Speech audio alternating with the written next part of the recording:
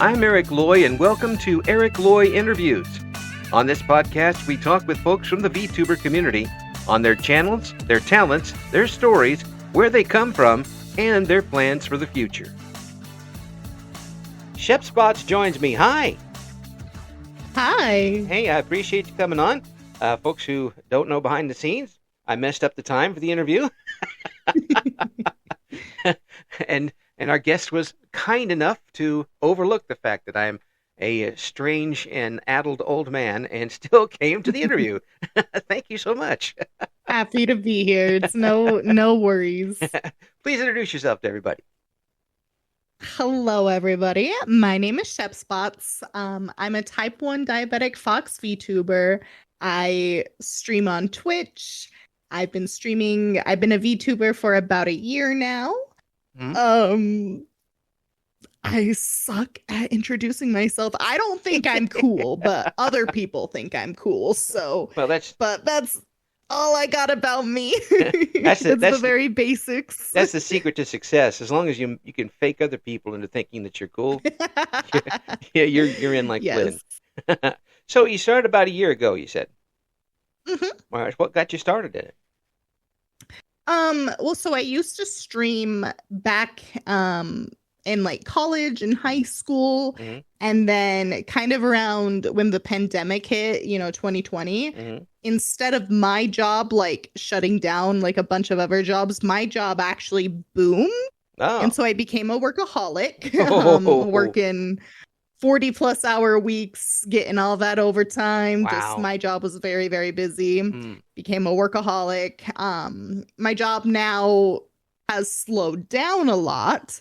And so I found myself with some free time. I had moved. I had not lost, but since I moved, like I was kind of alone. And so I was like, what was something I did last time I was in this area? And I was like, I streamed and I really enjoyed streaming. Yeah. However, I just wanted like a little bit more privacy. And so I was like, I had a friend who became a VTuber. And so I was like, what if I just do what my friend did and become a VTuber? So I started on that pathway and got back into streaming. Yeah. Was it easy for you to get back in the saddle? Yes, I would say it was. Yes.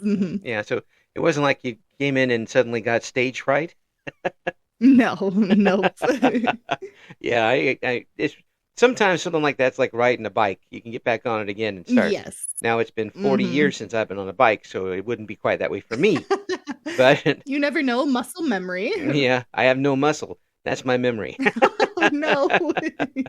But really, it's something that picked up, but it had to be a little different though, because were you doing face cam streams back then? Yeah, okay. I just had a face cam. Yeah. So how different was it for you? It was very different, but it gave me something to work on. Like I said, I was a workaholic, and then since my job slowed down, I was kind of like stuck in this rut. Like I just felt like I wasn't doing anything with my life. I wasn't progressing. And so becoming a VTuber gave me like a project, something new to learn, something to dip my toes into. Yeah. And I had never really like watched other VTubers besides my one friend. And I only watched her when I had broken my ankle.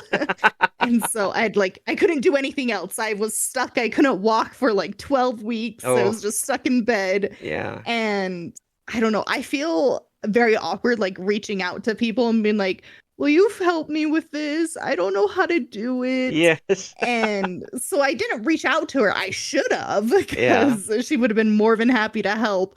But I learned how to do everything by myself, like all the channel points and automation stuff and how to like figure out parameters of VTubing. And it was just something very fun. So it was completely different, but it was fun to take the time and learn a new skill as well. Oh, that's cool. That's good. Now, actually putting it into practice, where you suddenly now you have an avatar you're speaking and emoting through rather than just you and the camera. Did you notice a different dynamic right away with that? I think my first model, like I said, parameters, I just got a cheap Etsy model. And so she had a very hard time showing expressions. I actually have like a video that says my model before I found out parameters and my model now, and it looks completely different. And that was just something I played around with. Like, yeah, you need both, to be honest. You need to be able to puppet your model, but then your model also needs to be made to be able to be puppeted.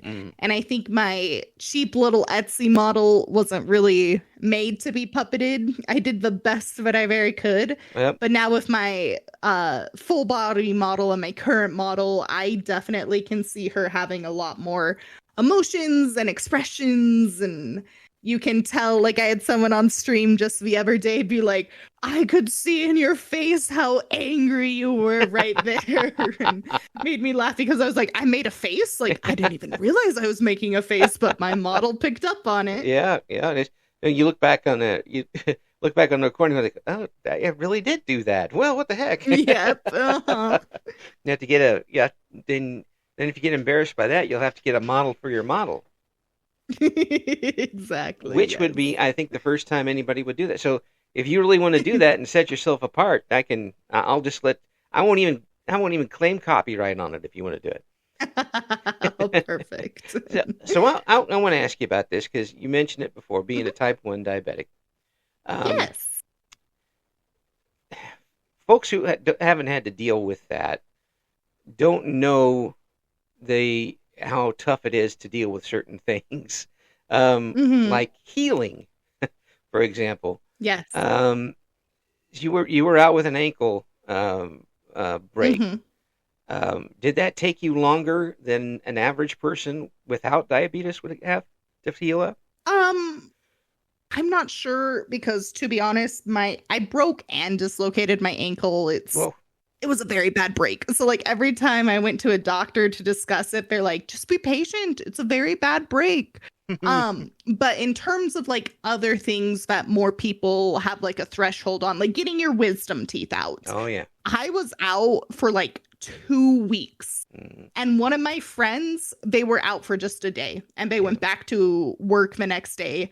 And I remember when I went back to work 2 weeks after, I was like, my mouth still hurts. And I'm like crying in the shoe store with my coworker. I'm like, it hurts so bad. And she's like, take some meds. Yeah. It does take longer to heal. Yes. Yeah. It's something that, I imagine just about everybody has had a family member or a friend or somebody who has been diagnosed as diabetic on one way or another. But type 1 really has, especially the older you get, unfortunately, right now, it has a lot of difficulty problems when it comes to that stuff. Did that play at all into you wanting to stream? I mean, being able to even when you weren't having the best of days, you could still get on and entertain people? Yeah, that's definitely part of it too, is just it's not something that's too tiresome.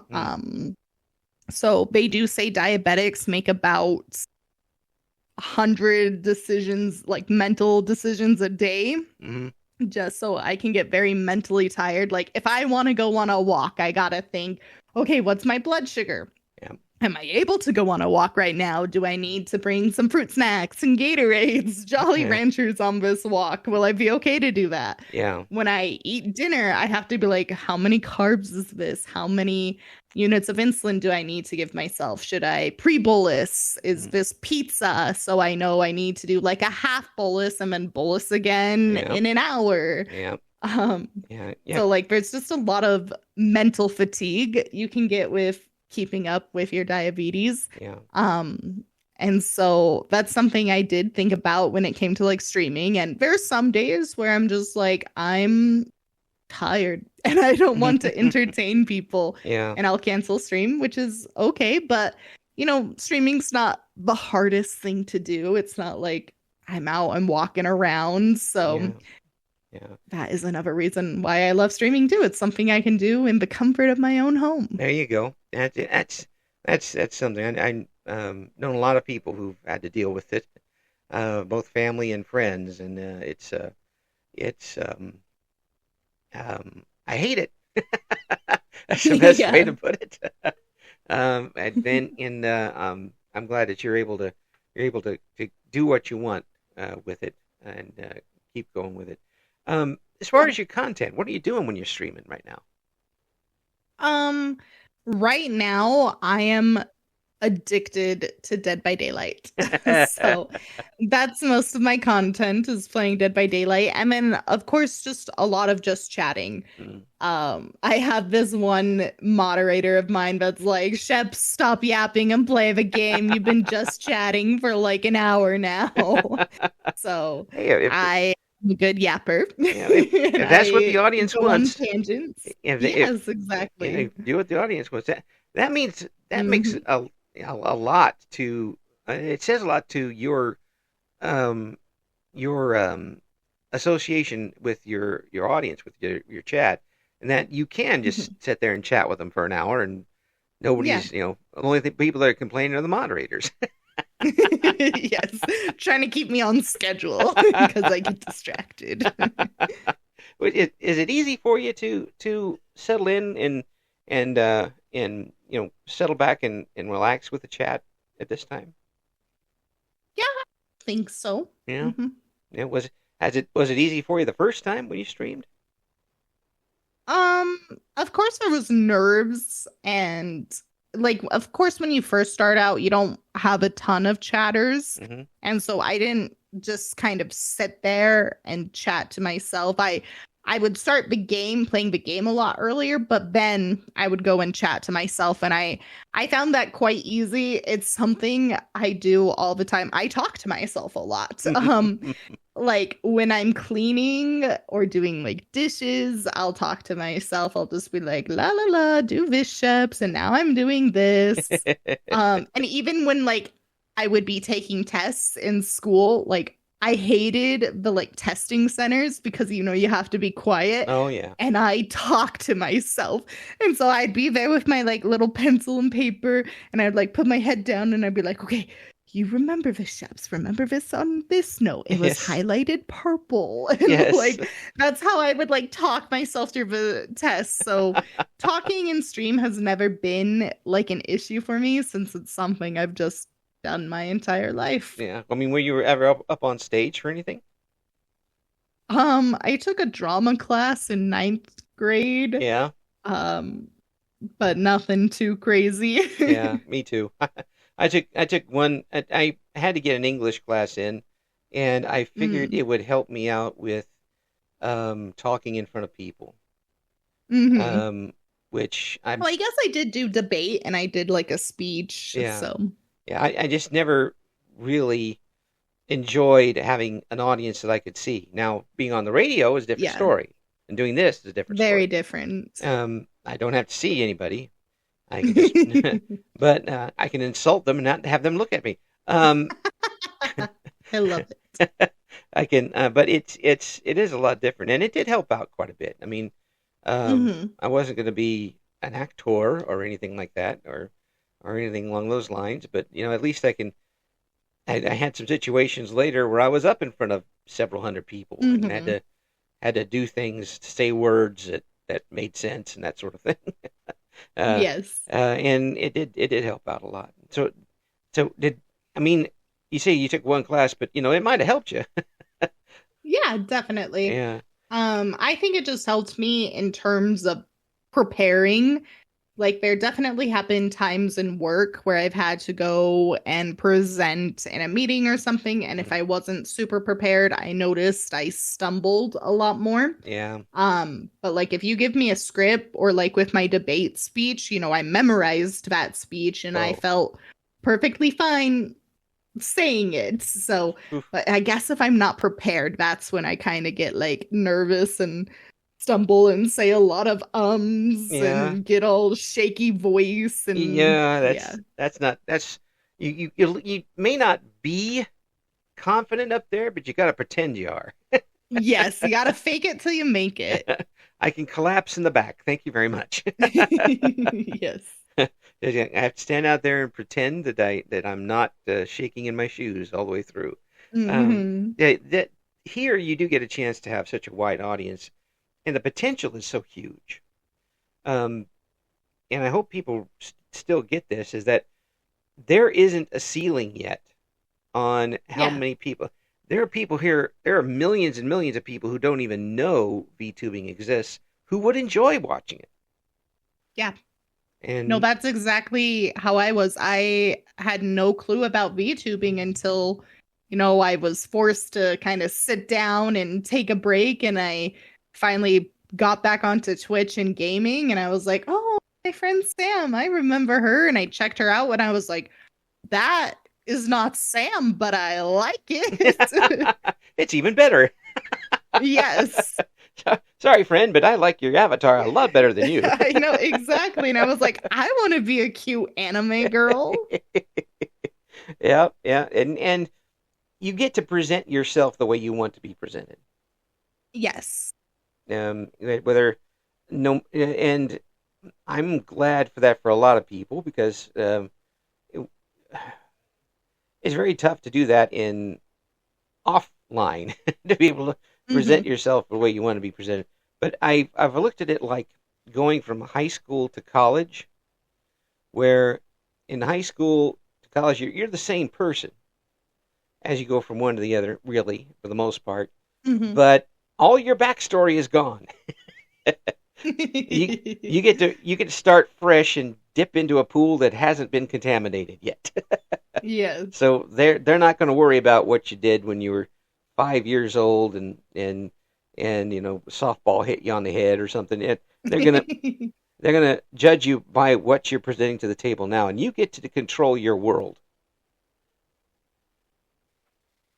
Yes, I agree. Yeah.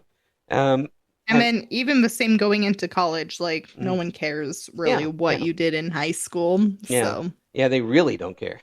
They really don't care. and that's kind of the parallel to draw is that you get to start all over again, and you get to present the way you get to tell your story the way you want it, and you can boot out anybody who doesn't like it. Exactly.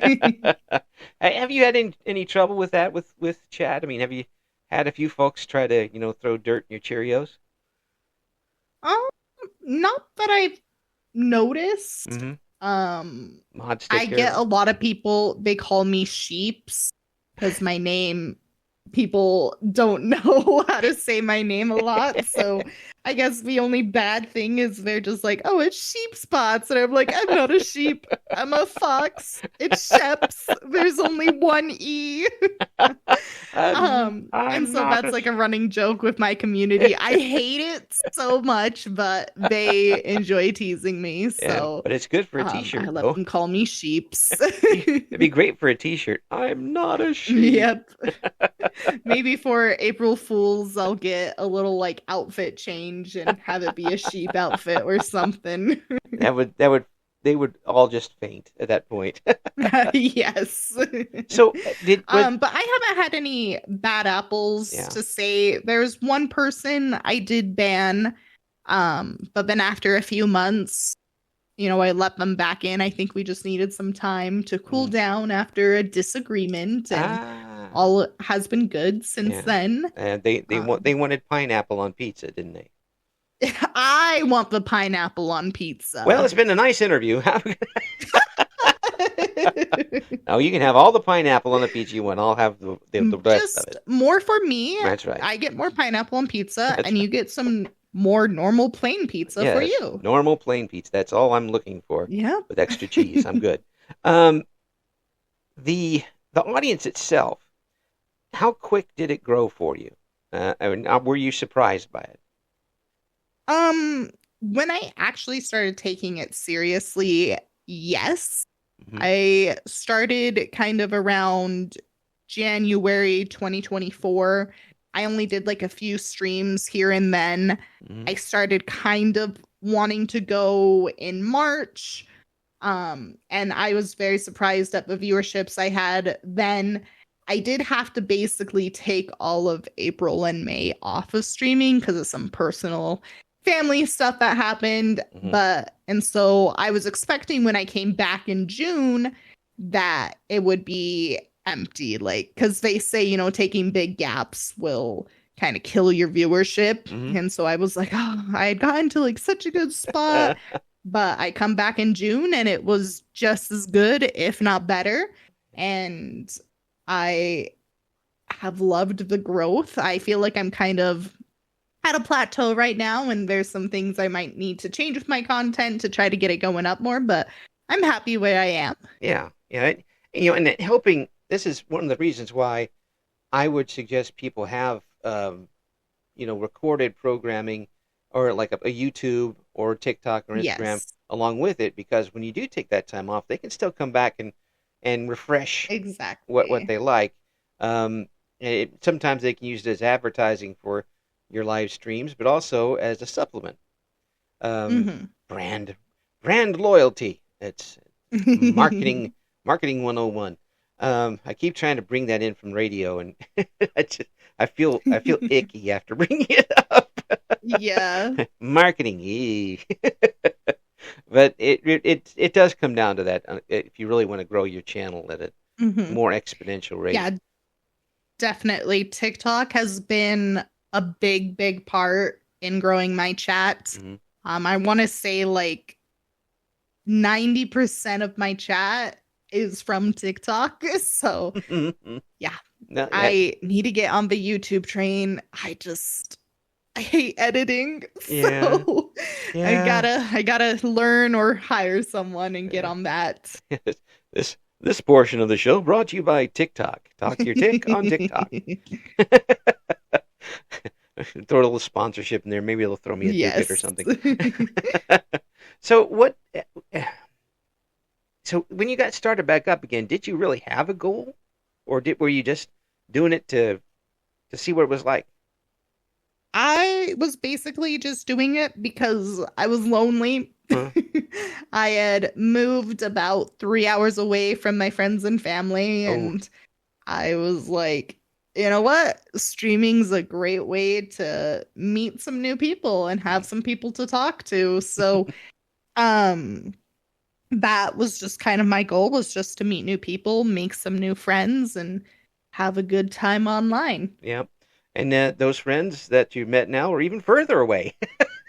Yes, that is very true, but they answer very quickly. Yeah, and that's such an amazing thing to an old guy like me, because I mean I started radio in Hmm. the '80s, and in in order for me to talk with someone, uh, especially I've got like Singapore or something, it would have Hmm. cost $7 trillion, and Yeah. on a phone line it would have sounded terrible, and I would have got fired um, for spending that much money.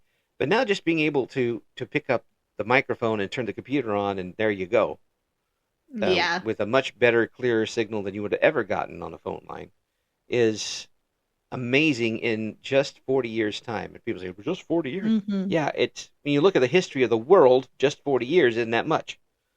Um, so it's a really amazing. And do you see a lot more innovations coming in the future, you think?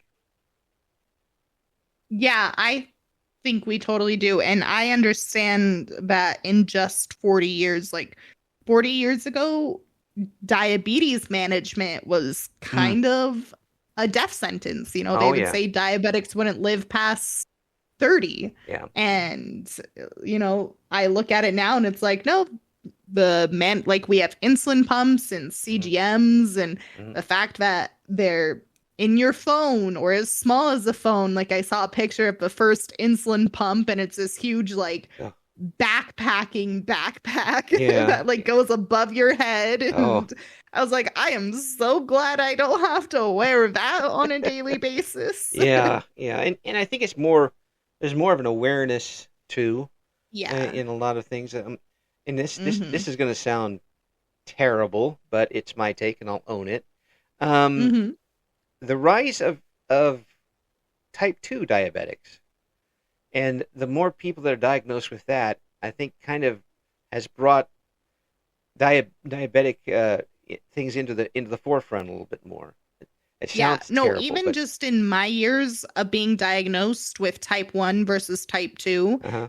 like just this year, they're finally releasing CGMs Mm, for type 2s. yes. Whereas when I was first diagnosed with type 1, they're like, oh yeah, you type 2s don't get this, type 2s don't get that. And I'm like, it's still affecting their health though. Yes, Like exactly. having a pump and a CGM has changed how I manage. I of course started on just shots and pricking my finger every time, and Yeah. no one wants to prick your finger N- 10 plus times a day. No. And so getting my CGM was a game changer. And I was like, why won't they give this to a type 2? And now, just very recently in this year, they're marketing, is that the right word? Mm. Marketing CGMs for type 2s with like insurance coverage and everything. And I'm like, that Yay. is so good. Yeah, yeah. And I'm not one to, get up on the political soapbox or anything, but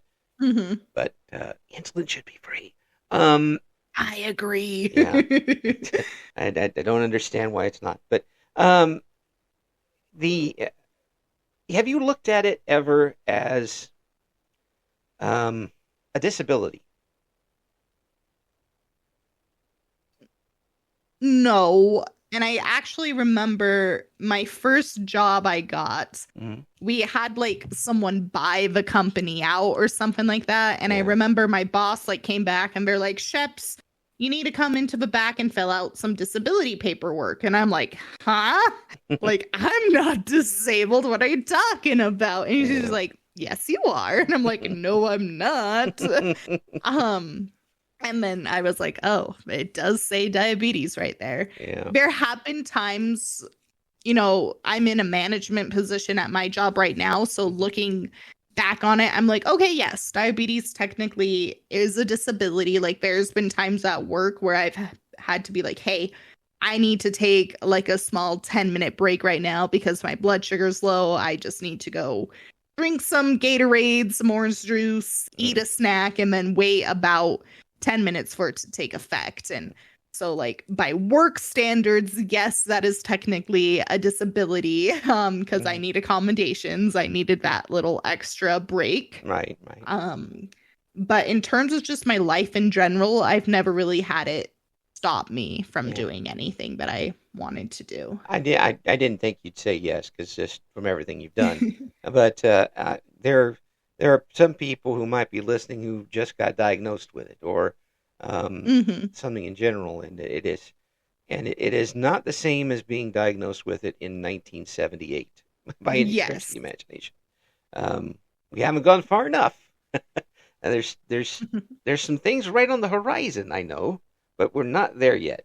And but if you've got somebody, if you're working with somebody or somebody's in your family and you know that they've got it, find out what you can do to help along that situation when something happens.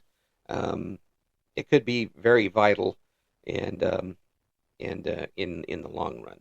I'll say that for sure. So with what do you have any goals right now for your channel that you're looking forward to? Basically just growing. Like I would love to start averaging around 25 viewers a stream. I'm currently at around 17 to 20. That's where I kind of range from. And so just a slow and steady pace of continue up. Like, of course, the main goal would to be able to have it where I could quit my day job and have streaming and sponsorships cover my livelihood, but that's not a realistic goal, at least right now. So I try to break it down just to be like, what can I do to increase my viewership by 5 every few months? Yeah. And with that, you don't run the risk of losing control of the ability to relate to your chat. If it grows up, if you go from 25 to 85, all of a sudden chat's moving so fast you don't even know what's going on. Yeah, exactly. Although that's something I've tried to like work on, or not necessarily work on, but always keep in the back of my mind. Like there's some times where I miss chats and I have to say, you know what, that's okay. And even if I have a dead chat, I still just tell myself to keep talking because if I get to, 80 plus viewers or something, there's a very big possibility that chat is moving too fast that I can't talk to them personally. Right. And so that's a good mindset for me to have is 0 chatters is the same as having 100 chatters. Yeah. And I need to learn how to talk to myself and still be entertaining to them. Now, when you're playing Dead by Daylight, which, by the way, if I ever got to play that game, I would spend the entire time hanging on a hook, and with no way of getting down. Is that a game that allows you to interact with chat more, or do you have to constantly keep your eyes on the screen? It's about 50-50. Like there's downtime when you're just working on a generator. You're just holding M1 and hitting spacebar every now and then. But I will say when I get into like chases from the killer, because I play a lot more survivor than killer. Yeah. I always be like, hold on, chat, 1 second. I'll talk to you guys in a second. I gotta lock in, or something along those lines. And I get distracted away from chat, and I kind of pay more attention to the game. But I still try to like talk and express my feelings instead of just staring blankly at the screen. and letting out small yells. No. Yes. No. I like to see somebody come up with like hold music for the chat. Your chat is important to elevator us. Music. Please hang on. Your chat is important to us. And then that same little 5 bars over and over again. That'll lose your chat in a hurry. Try that. As far as your experience now with other VTubers, I mean, do you now look at other VTubers and appreciate what they're doing, or scout what they're doing, or try to adapt some of the things that they're doing?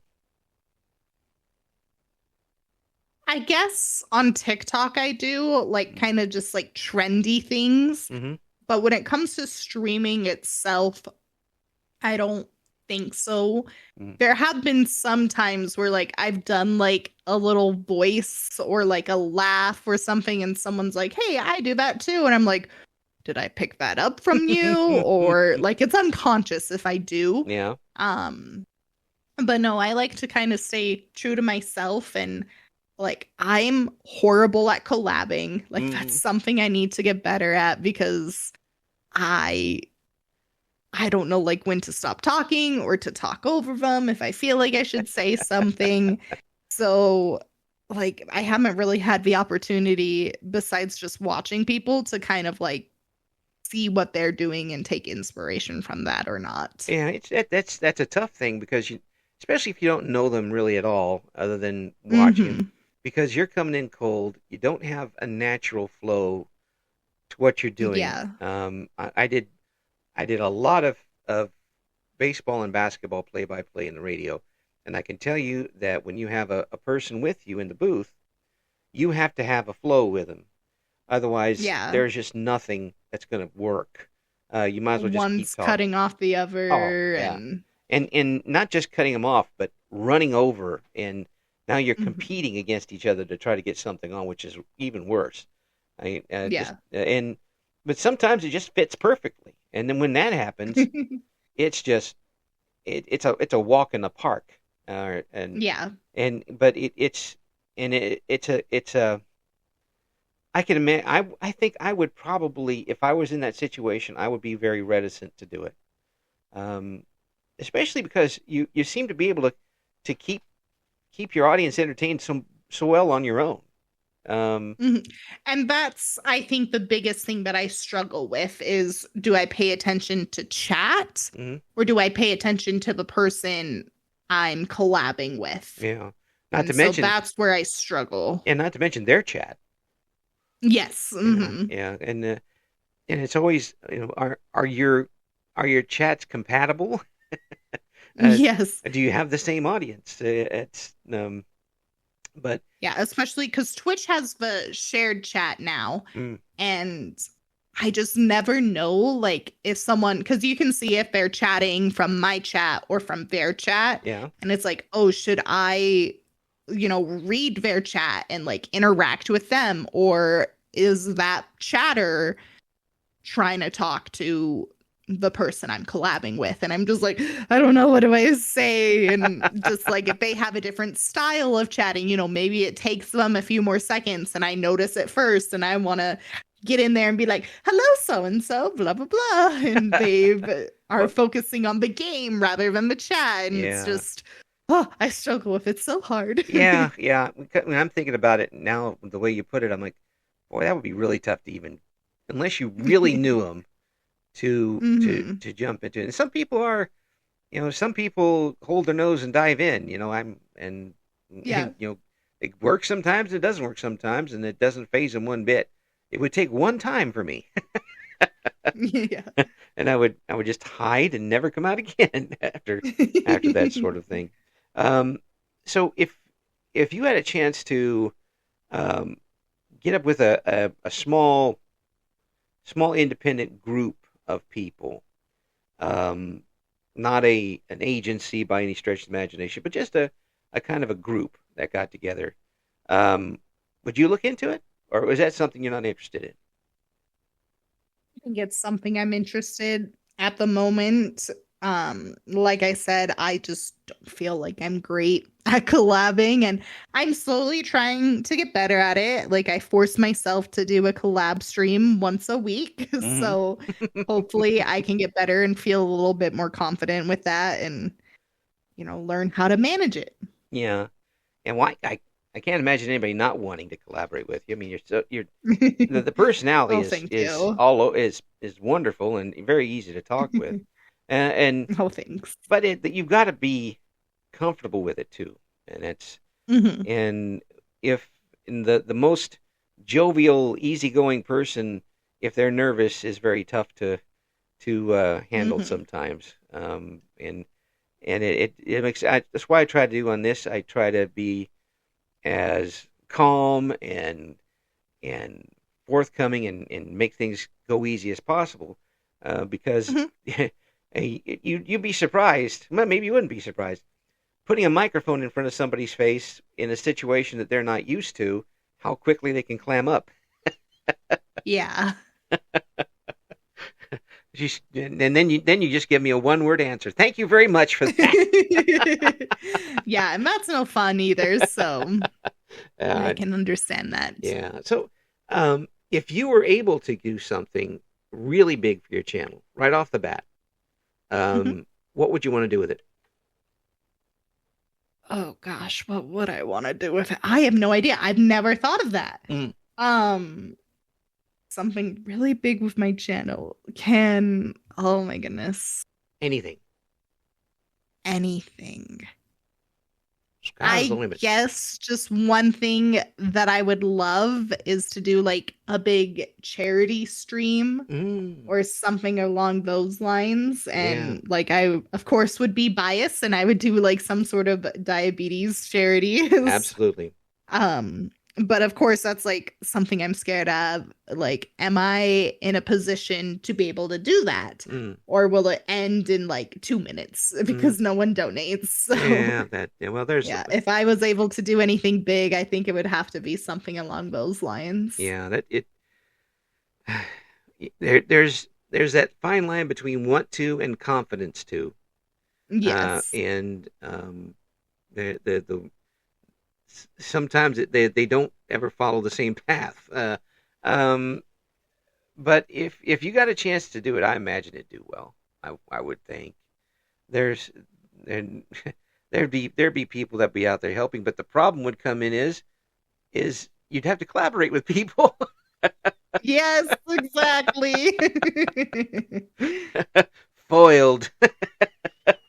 I'm working on it. Hopefully in a few months I'll get that confidence and I'll feel good with collabing and I'll know how to interact with people. And I mean, practice makes perfect, right? Yeah, it does. It does. Or it makes you really, really angry. And sometimes that works too. Yes. You don't have any confidence when you're any lack of confidence when you're on your own, do you? I mean, you're a very entertaining person. Yeah, I prefer being a solo person. Yeah. Like I have this one streamer friend that basically has 2 to 3 people every single stream. They're always collabing with someone. They're never on their own. They meet new people left and right. And I'm just like, how do you do that? Like, that's crazy to me. And it's like, here I am being like, I will only do one a week and then I want to be by myself. I'll do one a week and for about 15 minutes. Yep. Even if it's going well. Well, that's time. That's all we have time for. Bye. Yeah. Do play tic-tac-toe. So it only goes like 3 I minutes love to it. kick them off the screen. So if you do a collaboration, what types of games do you play during it? I've done anything from Repo, Lethal Company, Marvel Rivals. Yeah. Of course, Dead by Daylight. Like I meet a lot of other Dead by Daylight creators. Yeah. Just because while I'm streaming Dead by Daylight, I'll run into other Dead by Daylight creators. That's an accidental collaboration. Yes. So anything and everything, I guess. Yeah. Oh, Repo looks like too much fun. It is a lot of fun, yes. Yeah, it does have a storyline, but so you drop $10,000 worth of stuff. Like you got to throw your teammate into a lava pit. I've broken a few diamonds in that game. If they didn't want it to be broken, they wouldn't make them breakable. Right? That's one of the things I used to say as a kid to try to get out of trouble, and it didn't ever work. Did not ever work. One could hope. But it doesn't work now either. My wife doesn't buy that one bit. Hey, it's absolute pleasure talking with you, and I'm really glad that I'm happy that you didn't get too mad when I messed up the time. Oh, no worries. I was just big chillin'. Stupid time zones. Always changing time on me. But I'm really glad that you're able to come on because I got to meet a fabulous person again, and I wish you absolute best with it and anything that comes up that you've got going on. If you get up the gumption and do that charity thing, please let me know because I would love to be a part of it in some way. Will do. Thank you very much for the offer. Yeah, I really would. Too many people I know have had to deal with it, and not always successfully, unfortunately. So, I'm not going to end this on a bad note because I want the folks to know that you can head over to the description for this interview and find all of ShepsBots links and hit all of them and like and subscribe all of them, and you will enjoy every minute that you spent with them, just like I have right now. Thank you so much. Oh, thank you. It's been a pleasure being here. I really appreciate it. You flow very well. I know we were kind of talking about that earlier.